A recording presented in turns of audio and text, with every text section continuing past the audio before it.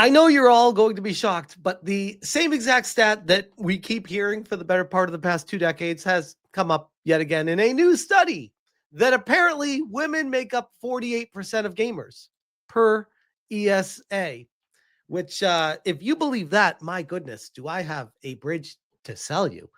And obviously, this is not including women just playing actual video games.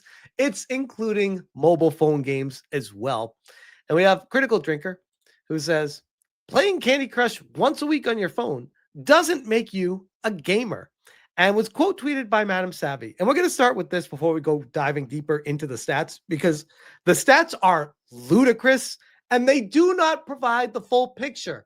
It is specific information curtailed to paint a specific picture to be shown to sell you on an idea that doesn't actually exist. Savvy says, and he's right. And oh, by the way, Savvy is a female. She says, and he's right. But getting into entertainment to control culture was more important than distinction. By lumping everything into the broadest net possible, they were able to create bully campaigns with companies to push the UN, EU, WEF, gender, quota bullshit. Full stop. This right here, in case you're wondering why these studies exist, why they come out, why they show just a certain picture, it's just this. This line right here exposes everything. Because before Savvy says this, it's like, this doesn't make any sense. Why would this happen? Who's paying for this and why are they paying for it? There you go. And like clear as day. Despite having an open job market for 100 years, women still prefer the same types of jobs, making sandwiches. The ones who did move away from the usual types are an accurate reflection of outlier percentages. Women who know they can do anything, yet for the most part, choose the same types of jobs. But you can't bully an entertainment company to hire for ESG if you don't present some sort of bullshit statistic to skew the industry. This is 100% showcased in boardroom meetings. They put these on big billboard things and the poster boards and they point to them and they're like, look, we need to address this market. It is growing at exponential rates we've never seen in the past. It is hockey stick. The women in gaming is straight up. There's so many of them coming in. They're flooding the markets and there's no games for them. We need to address this gaping hole in the market. And reality hits is that's not actually what's happening at all. A massive flop on their hands and a bunch of DEI hires to show for it. 50% of gamers are women. So you have to hire women for your military shooter franchise. And thus Call of Duty was turned into a joke that wants so badly to be Fortnite. Massive, massive error in judgment with Call of Duty going that direction. Now they are the laughingstock of the industry, and Battlefield 6 is eating their lunch. The vast majority of women who do play games do not play first-person shooters. But first-person shooter game studios will put out their ESG reports saying, look, we have a bunch of mentally ill activists here. Give us investors, instead of just making a good game. Then come the solutions. People to offer temporary DEI and tax breaks and a selling point to investors for whatever reason. The World Economic Forum. It is a vicious cycle that leaves things worse off. Women can do great things. I agree. But shoehorning women and people without skills into industries have been a net negative. And we know this because all of Western layoffs and shit quality of things. Because I'm a woman, I get to say this. If I see a woman pilot, I will never know if standards were lowered for her or not. 20 years ago, I wouldn't bat an eye, assuming I was 30 at the time. Today, I refuse to get on the plane. No, not all women are the issue. Yes, men have issues too, but it is the DEI inclusivity bullshit that has lowered standards, breaking social contracts. God damn, what a banger post, as usual, from Savvy.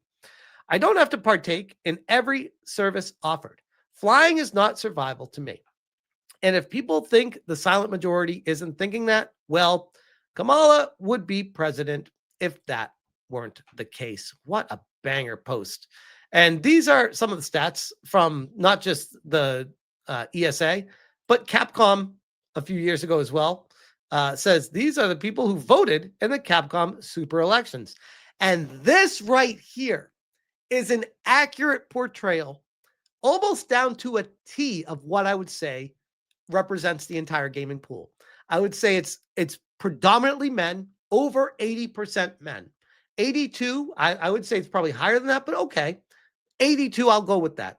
14% female, and 4% I choose not to answer, or I'm mentally ill.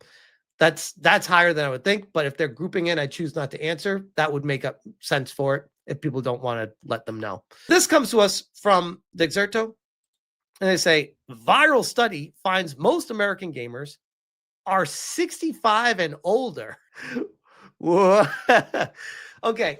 Tell you what, this actually might be true, but that also means you're counting my dad.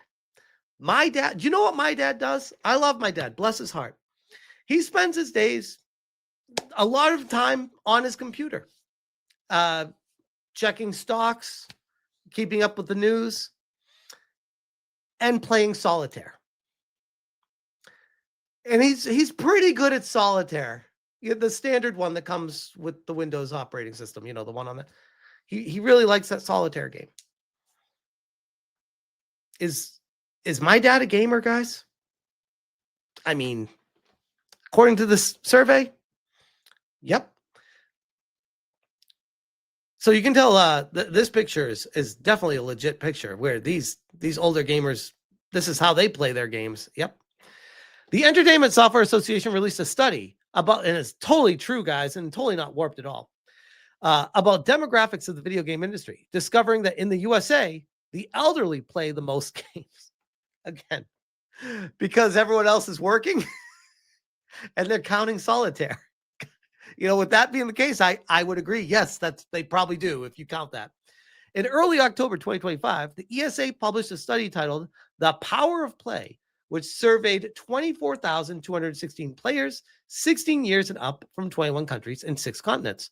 One of the biggest takeaways from the ESA's findings is that the split between men and women who play video games is nearly even, with women making up 48% and men 51%.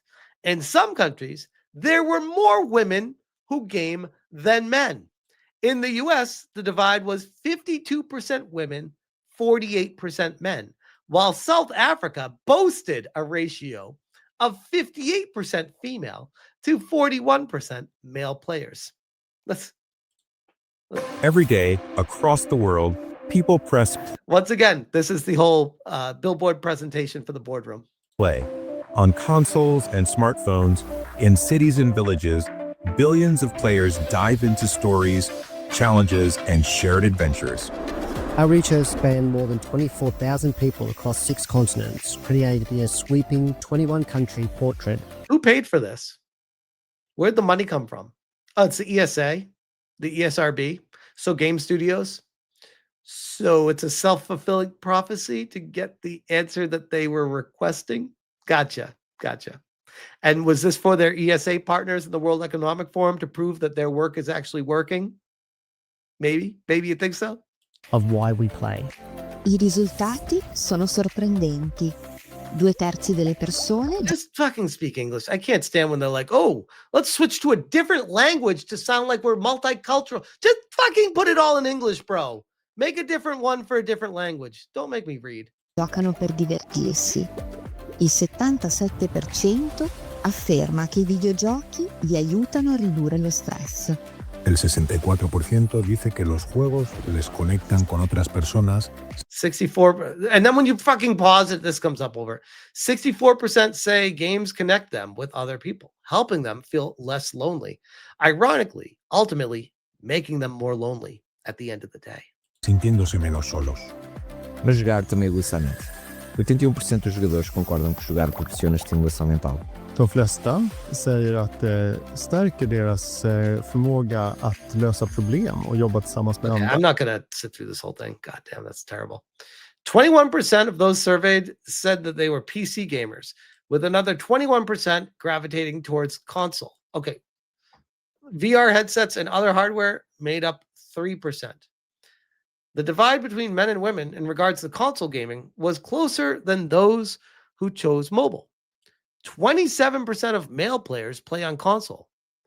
Women close behind at 21%. What? What? Did they count? Did they go to like a trans place and have everyone count as a woman that actually has a penis? Elderly gamers dominate in America. Another interesting tidbit that ESA discovered is that the average age of most gamers is 41 years, which I'd actually tend to agree with that. I mean, that's we've aged from the generation of all the gamers when games came out. We're all still playing. Yeah. With 55% of the polled players, regardless of gender, opting for mobile games over console or PC titles. As per the study, 46% of men polled prefer mobile games. 64% of women also opting for mobile. I find it hard to believe that 46% of men say they prefer mobile games. Very hard to believe, but okay. Perhaps most shockingly, Hassan's dog. In the United States, the largest group of gamers was those aged 65 and up, making up 22% of those surveyed. Well, I mean, what's the pool of people that you were interviewing? If 22% of them were 65 and older, then yes. The second largest age bracket was those in 35 to 44 age range, making up 19%. 44 to 54 and 55 to 64 were tied, making up 17% of American players. The ESA also found fascinating breakdowns in terms of favorite genre by gender, with women greatly outpacing men in favor of puzzle games. Oh, guys, what are some of the most popular titles on mobile phones? Oh, puzzle games? Weird. Is Bejeweled a puzzle game? I think you can count that as a puzzle game. Is Phase 3 a puzzle game? Yeah.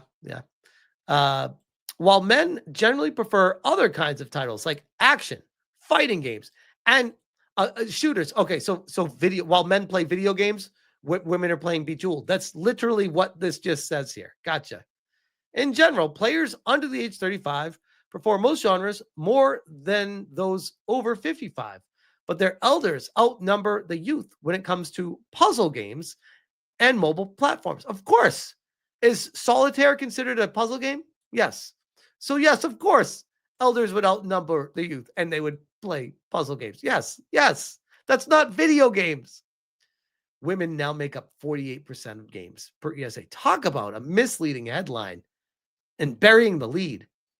Of those surveyed by the ESA, 70 to 80% say that gaming provides them with mental stimulation, stress relief, and an outlet from everyday challenges and a way to make new friends.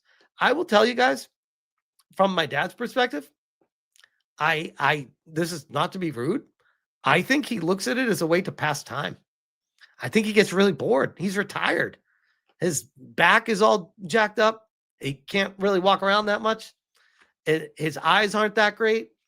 His hearing is terrible. It's really just something he can still do, and it works for him. In fact, gaming as a way to de-stress is completely even between men and women, with both genders using it as a means to relax and calm their minds. This is the latest study to catch the attention of the gaming community after a 2025 study conducted by PlaySafe ID found that the majority of players in the US and UK would prefer identity checks to prevent cheaters from ruining their experiences in-game. Again, these are studies run by the people looking for a targeted outcome to make their business make more money. Of course, they're going to get that outcome from it. These studies are useless. They're useless. This is a complete waste of time. What a complete joke. Absolute joke. This is the actual full report. I'm not going to go through the whole thing, but my goodness. This is something they send out to the World Economic Forum, and they're like, hey, check it out. Give us more money, and we're proving that it's girls and old people That's what you wanted us to do, right? Showcase that there's women and old people that are playing games. So now give us more money and we can hire more DEI people to work on our games. Look at the people behind this. The ESA, Video Games Europe, which, oh, by the way, last time I heard about Video Games Europe, they were in the news for trying to block Stop Killing Games. That they don't have the best name in the industry, in my mind. And all these other groups that are trying to co-opt the game industry, yeah, sure. Just trust them, guys. They wouldn't mislead you with stats. Just trust a curated group of people of this is who the actual gaming population is. I'm sure that women are almost 50% of gamers. Sure. If that's the case, how come whenever you're talking about games, women don't give a shit about them? By and large, by the way. I'm sure there are women in the chat right now that love games. Totally get that. By and large, women don't give a shit about them. And nothing over the past 3 decades has changed any of that. No matter how much money and coercion that they put into it, trying to manipulate your thought process, it hasn't worked. They're trying to open up an entirely new pool of people to tap into and make money out of. It's not working. So now they're just throwing numbers in your face saying, just believe us. And maybe if you hear that other girls are playing, then you'll start playing. It hasn't worked. This is the same survey. I've seen the same numbers every year for the past 10 years. Same exact type of survey. It's never true. It's never accurate. It's always misleading. Missing key facts, key points, doesn't talk about the phone games, doesn't break things out separately. It piles them all together and makes it seem like everyone's just playing a video game. Everyone's playing Call of Duty. Everyone's playing Silk Song. No, they're not. No, they're not. Some girls do, yes, but by and large, not nearly half of them are female. But with that, I'll leave that one there. Holy crap, I'm going to have an aneurysm with that one.